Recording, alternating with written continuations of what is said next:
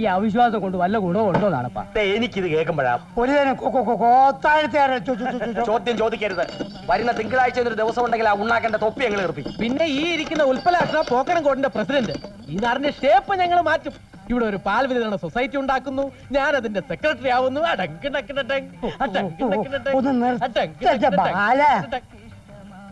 എന്ത് പറഞ്ഞാലും സൊസൈറ്റി ഭരണം മാറിയാ പിന്നെ ആദ്യം ഈ നാണപ്പനും ഉൽപ്പലാക്ഷനും കൂടി ഇവിടെ ഒരു ഉൾപാർട്ടി ജനാധിപത്യം സ്ഥാപിക്കും.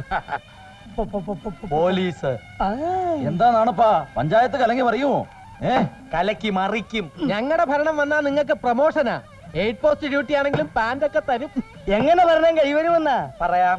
ഭരണകക്ഷിയിലെ ഒരു ശക്തനാ ഇപ്പൊ ഞങ്ങളുടെ കൂടി ഇരുന്ന് ഈ പുട്ടടിച്ചോണ്ടിരിക്കുന്നത്. ശരിക്ക് തിന്ന്.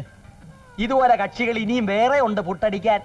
തിങ്കളാഴ്ചക്കകം മൃഗ ഡോക്ടറെ കൊണ്ടുവന്നില്ലെങ്കിൽ ഞങ്ങൾ അവിശ്വാസ പ്രമേയം കൊണ്ടുവരും. ഭരണം ഞങ്ങളെ കയ്യിലിരിക്കും. എന്നാ ഉൽപ്പലാക്ഷനെ പറ്റിൽ 2 ചായ എടുത്തോ കുഞ്ഞനായരെ. ഈ 2 പുട്ടുകൂടി എടുത്തോ? ആ, ഒന്ന് മധുരം കുറച്ച്. കൊട് തിന്ന് കൊഴുക്കട്ടെ.